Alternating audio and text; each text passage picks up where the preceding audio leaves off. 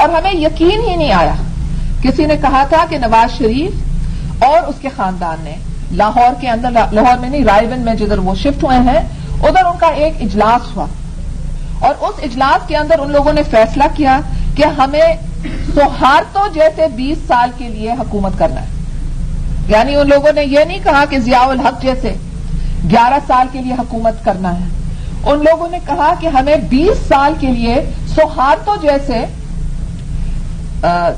حکومت کرنی ہے. اور آپ لوگ جانتے ہیں کہ سیاست کے اندر سہارتو کے پورے خاندان نے جو اکانومی کے کمانڈنگ ہائٹس تھے وہ پورا قابو کر لیے تھے. تو ان کا مقصد تھا کہ ہم 20 سال کے لیے پولیٹیکل پاور چاہتے ہیں اور ہم فائنینشیل پاور چاہتے ہیں.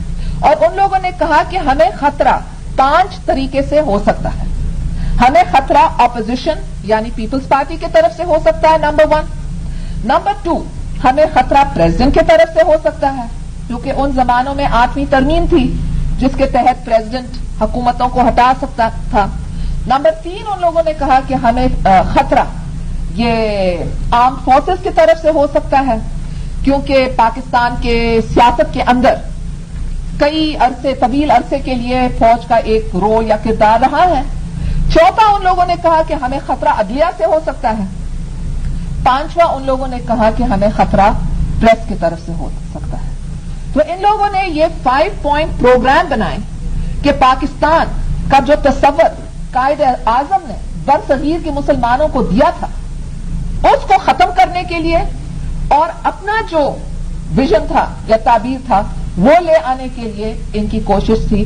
کوئی یقین نہیں کر سکتا تھا. مگر اگر آپ 2.5 سال کو دیکھیں، ان لوگوں نے خاص قانون بنائے کہ چیف الیکشن کمشنر وہی سنے گا جو سیف الرحمان کہتا ہے، اس کو پرائم منسٹر سیکریٹریٹ میں دائیں.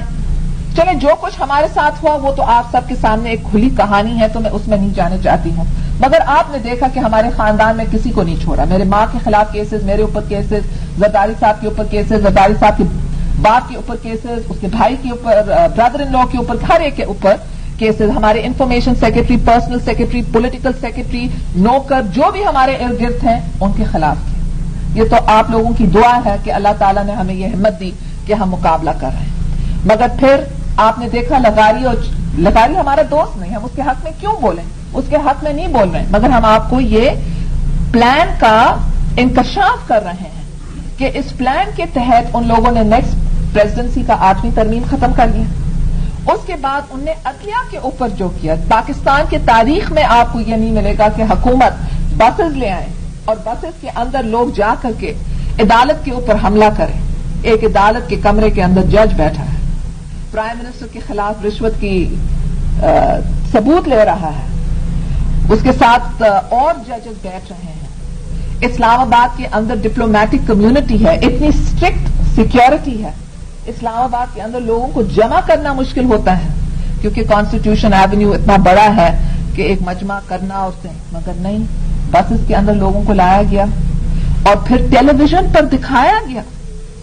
یہ بھی نہیں کہ اندھیرے میں کریں، یہ کہ بدتمیزی اور بدتمیزی دنیا کے سامنے انسلٹ کرنے کے لیے کہ آپ کر کیا سکتے ہیں.